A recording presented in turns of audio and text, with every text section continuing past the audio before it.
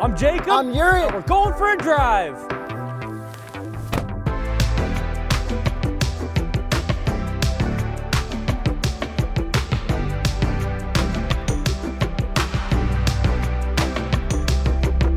'23 Hyundai Ioniq 6 versus 5. We are going to find out the similarities and differences because the 6 just came out and we weren't totally sure. So let's start it off with the horsepower, torque, range, and then looks. 320 horsepower, 446 pound-feet of torque from a 77 kilowatt-hour battery and 2 electric motors in both of them. They have identical powertrains. Okay, sport mode. Let's floor it in 3, 2, 1. Dead even. Oh my goodness. Wow, boringest drag race of all time. Actually, that's probably the most exciting drag race of all time. Yeah, probably. It's who hit the throttle first. And big shout out to Hyundai Canada for getting this unit to us local. It's nice to not have to fly to every single press trip, which helps us reduce our carbon footprint. And if you're new to the channel, we want to give you a couple quick reasons why you should subscribe. Jacob and I have been buddies since the year 2000s. We've been car buddies since. The channel is just me, him, and an editor. And although we started as and still are two regular dudes, we've gained so much experience doing car reviews over the last, 7 years? We've reviewed over 600 cars. Yeah, we've been doing 2 car reviews a week that whole time. Think about all the cars we've driven. And the best part is we are total opposites. Everything we do and like is different, so you're gonna get 2 completely different perspectives. And we do read all the comments, whether it's on YouTube or Instagram, so definitely leave a comment. Hopefully it's a nice one. We definitely take your feedback to heart and we make some changes when we need to. How about the range in each of these? By the way, Yuri is in the 6, Jacob is in the 5. The range is probably the biggest difference before we get to the looks. The Ioniq 5 ranges from 354 kilometers to 488 kilometers. The Ioniq 6 goes from 435 kilometers up to 581 kilometers, which is a significant difference. Yeah, you'll get a longer range when you've got the rear-wheel drive only and when you've got the smaller wheels. But we do not have that. We've got all-wheel drive versions and the larger wheels. Yeah, so we have the lower ends of those ranges, but the Ioniq 5 is much slipperier with its coefficient of drag, which is around 0.21 versus 0.28 for this Ioniq 5. So let's get to the looks. Well, we really liked the Ioniq 5. It was a cool concept car that we saw at the auto show that actually became a real car that looked just like it. And now we've got this thing, which looks a lot more like an EQS, more bubbly. I think they did a good job of making both look different, but still kind of the same. The Ioniq 5 is definitely one of my favorite EVs in general looks and everything else. But yeah, the 6 is just kind of crazy looking, totally different design language. And I kind of appreciate what they did because they made an EQS look way better. So starting with the headlights, Ioniq 5 has white ones that are blocks and the 6 has amber ones that are lines. So that's kind of cool. What's next? The taillights. We both have red taillights, but the taillights on the 5 are much redder and squared off, where the 6 actually has 2 rows of taillights because it also has the third brake light in its additional wing. Yeah, they're much more 3D in the 6. So they both have 4 doors, and they both have the door handles that pop out. Are they both hatchbacks? Because the 6 does look like a hatchback. Actually, the 5 is an SUV that happens to look like a hatchback, but no, Yuri, yours, the 6 is actually a sedan. Or a coupe sedan. And if we pop the trunks, the 5 has a lot more room on paper, but I feel like you could fit more carry-ons, like lying down, in the 6. But I did take the 6 snowboarding. My snowboard fit back there just fine. I do not have it anymore. I'm not a good snowboarder anymore, but it was fine. I did muddy up the floor mats, so get a set of TuxMat for your car if you go snowboarding. That'll keep your carpets nice and clean. Go to TuxMat.com/TheStraightPipes. And then I put my snowboard back into the 5 on the way back, and there was still just enough room for that too. And we both have really cool wheels, although the ones on the Ioniq 5 are definitely more electric-y, and I actually prefer them. I think the ones on the 6 look a lot more dynamic when you're driving at slow speeds. Like the pattern just looks larger, but even the 5 looks cool at slow speeds. And what would be the Continental recommended tire for either of these Ioniqs? The Extreme Contact DWS 06 Plus. And when I turn on my turn signal, I've got cool lights on my side view mirror. And in certain parts of the world, you can get camera mirrors for the Ioniq 6. Yeah, you have a stack of pixels and I have a line of pixels, and I'm not sure if you can get a camera for the mirrors in other parts of the world for the 5. It's cool that it's still all pixely across both of these. And then frunks, I have a little bit of room up front in the 6, but I don't have a cover, where you do have a full cover in the 5. Yeah, and it kind of looks like I may have a smidgen more room in there. But if you get the rear-wheel drive version, then you get a ton more front space. And you know how when there's a huge hood, it's kind of an inconvenience to put stuff in the front. Like, why would you use it with so little space, right? Yeah. I found the perfect reason. At the ski hill, I put my wallet up there because if someone was to break into my car, chances are they wouldn't know about that secret compartment and I would still have all my stuff. You're welcome, all 1 million viewers. Yuri's wallet is in the front of the car when he goes snowboarding. Yes, don't pop the hood of my Prowler. So to end off the looks, which one do you like more right now in 2023 March? Ioniq 5, no question. I love this retro design. The 6 is cool, but I just don't love it. That spec of the Ioniq 5 is better than the other one we had with the matte paint because that's like the cooler color. But I think right now, this is such a funky looking design, that cool little like double wing on the back of the 6. I think the 6 looks better right now because it's fresher. And my opinion might change in a year or two, but right now is hot. I feel like everyone's minds were blown when the 5 came out, but they weren't as blown with the 6. And that's why I'm getting that stuff in front. So when I change my mind in 2 years, I'll be able to, lean back on that. Okay, let's get to some of the interior differences and similarities because they're wildly different, and there's a reason that I'm currently in the 5, and that's because I actually prefer sitting here because it's way more comfortable with the driving position. My knee hits this driving stock a lot less than it does in the 6. And I have an unlimited amount of room below the driving stock, but sometimes if I've got the steering wheel a little low, I feel like I'll bump my knee on it like on the steering column, Volkswagen style, but for the most part, I've positioned it out of the way on both. Yeah, the 6 just has like a more leaned back driving position, whereas the 5, being an SUV, I'm just much taller, so my legs are at a better angle, and I just feel much more spacious in here, especially with the center console that I can move back and forth, and you have something completely different. Yeah, this is a center stack area. I think they called it the runway or whatever. We got the window switches and stuff in the middle, like a PT Cruiser or a Jeep. Or a Pontiac G8. Never driven one. I drove one once, it was pretty cool. And I guess they made the 6 a little bit bigger and longer so there's more leg room in the back, because I definitely feel like I have more leg room back there. But I'm 5'8", so I don't really have any issues with height and fitting, but Jacob at 6'1.5". I've got headroom problems in the 6 and kind of leg angle problems, just like I did in the EQS, but in the 5, I have 0 problems. So what you're saying is because of your height, 6 is a deal breaker for you, right? Yes, so if you're 6'1.5", don't get the 6 is my recommendation.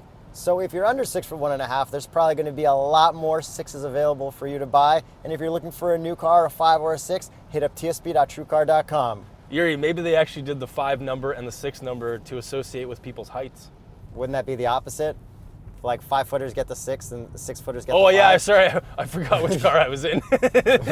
So another interior difference, the Ioniq 6 has a bunch of settings for active sound design. Let me put it to sport mode and the largest change, and you can't change your sounds. I have no pumped in sound customization in the 5. Okay, let's rip them together and we'll play them one after another. Ready?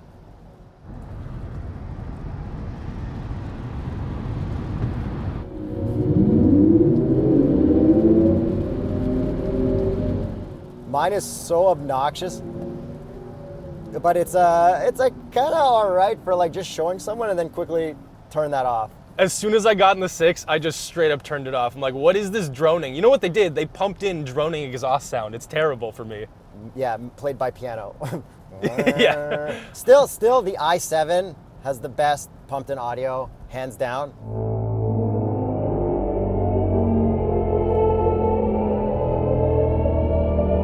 THX style, that's the best. Hans Zimmer!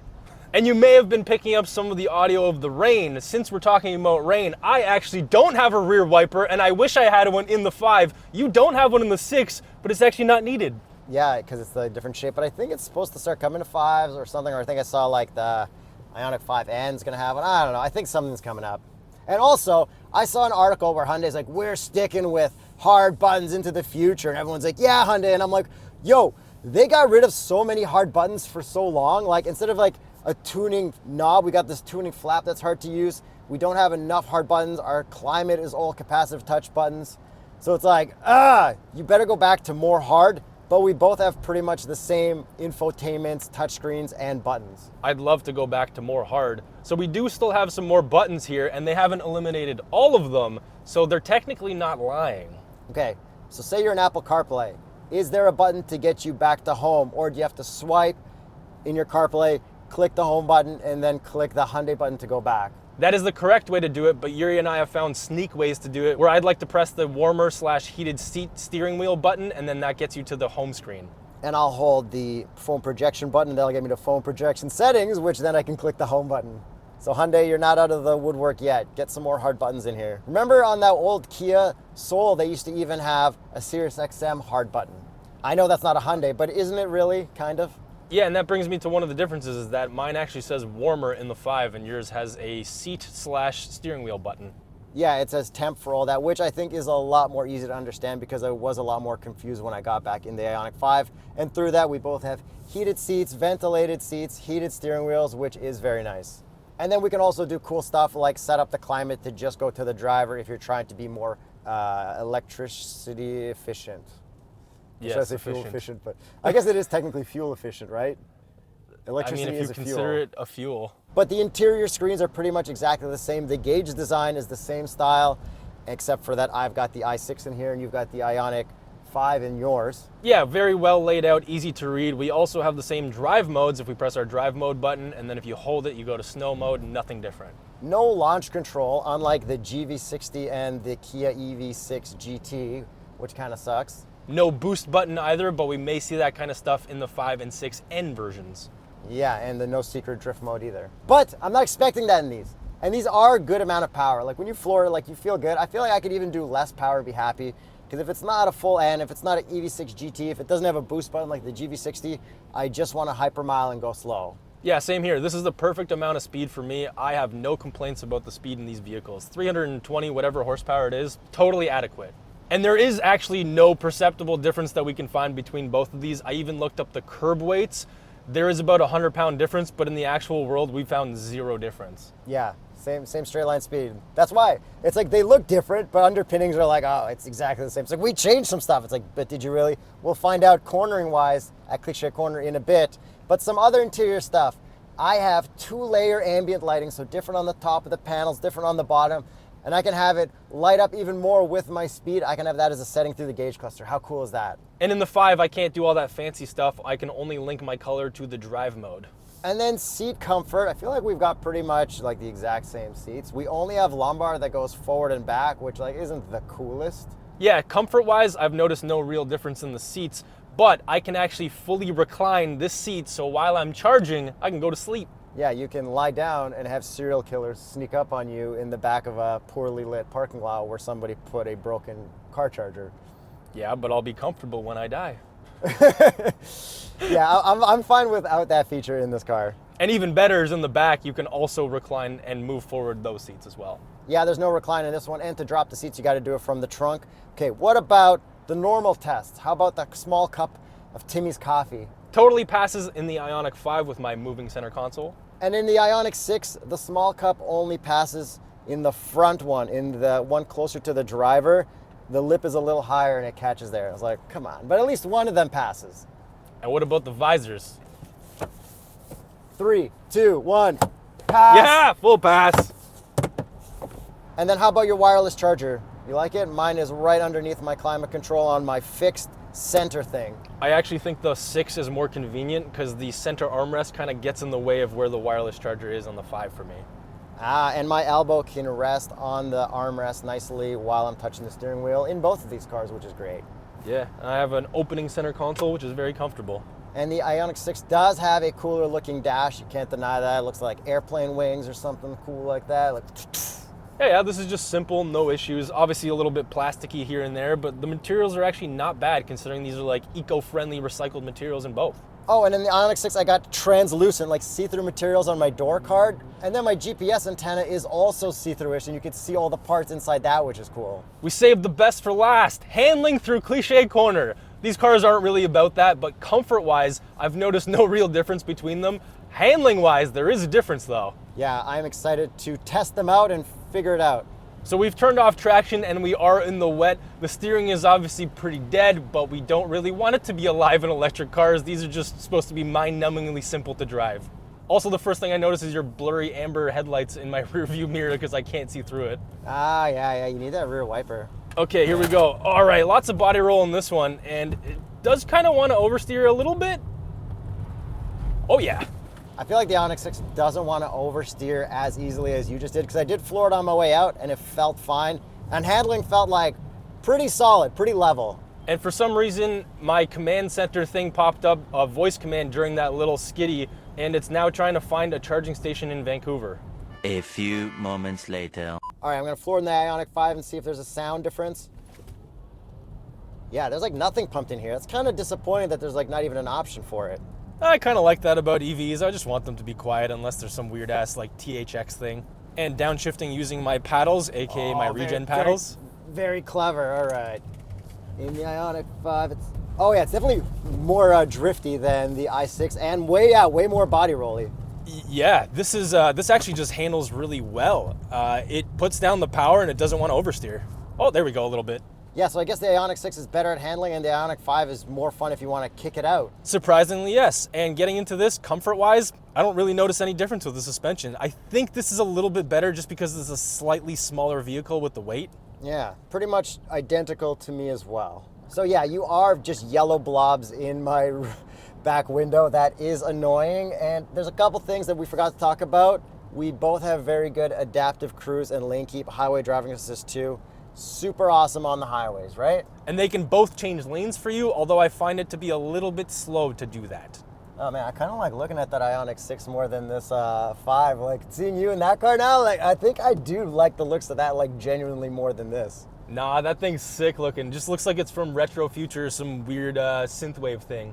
Oh, and then in the Ioniq 5, we have a huge moonroof. I love huge moonroofs. And we got baby shades in the back, and then a little sunroof in the Ioniq 6 only. I don't see any baby shades either. Nah, nothing back there, and yeah, this little dinky sunroof, which I'm kind of surprised. I kind of expected like a whole glass panel for this one. And sitting in here, one of the first things that I notice is just how much my knee hits this freaking drive stock thing. Every time I hit the brakes, it just hits it. Like, it's really annoying. Oh, but the brake pedal feels totally normal. We both have 3 levels of brake regen with the paddles. You can hold down the left one to go to I-pedal, which you can come to a full stop in both of these, which you couldn't do in the GV60 and I-pedal. If you hold the right paddle, then you have auto mode. So I think it's a very good, well-rounded system of automatic brake regeneration. And then charging times, they're all supposed to be pretty much the same, right? Same rates and everything? They're both nearly identical. They're both 800 volt architecture, and they both have basically the exact same battery. And after we're done filming this, we're gonna go charge them both at the same time. So here's that footage to see if they both charge at the same rate. They're both charging at 44 now. We unplug yours and see if this one speeds up. Oh. And now it's getting way more power that you unplug yours. So EV chargers, and this is by the hour, not by the kilowatt hour. So we're getting charged way more than we should be, which still sucks. And this should be capable of up to 200 based on the conditions. But with one car unplugged, it is going faster. So now let's get to the biggest difference, at least in Canada, the price. Let's get to the price. We are driving the Ultimate, which is like the limited in the United States. The Ioniq 5 comes in at $54,999 Canadian. And the Ioniq 6 is $63,999, almost $10,000 difference. However, in the United States, it's the same price. That is wild. I guess at that price comparison, you kind of have to go Ioniq 5. I am going 100% Ioniq 5. Even if the price difference wasn't there, if I was shopping for either of these on tsp.truecar.com in the United States, I would still go with the Ioniq 5. I just think it does a lot more better for me at my height. I'm kind of stoked on the Ioniq 6 looks. I really like the Ioniq 6 and concept that we saw at the Toronto Auto Show. I'm gonna go Ioniq 6 just because I think it looks cooler, fresher, but I might change my mind in 2 years looking back on this. So let us know which one you guys would pick, the Retro 5 or the new futuristic 6. Or the GV60 or the Kia EV6 GT. Let us know in the comments below. Or a Bugatti Supersport Hyper Veyron.